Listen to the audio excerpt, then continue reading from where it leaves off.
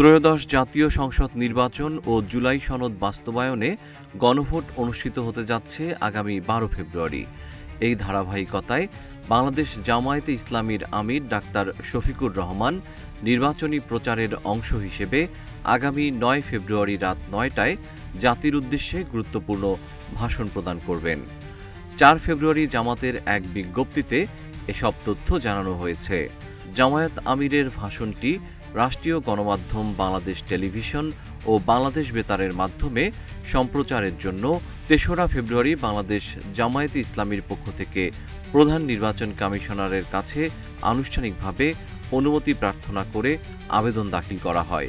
জামায়াতের পক্ষ থেকে জানানো হয়েছে, প্রধান নির্বাচন কমিশনার জামায়াত আমিরের ভাষণটি নির্ধারিত সময়ে সম্প্রচারের জন্য প্রয়োজনীয় ব্যবস্থা গ্রহণ করে অনুমোদন প্রদান করবেন।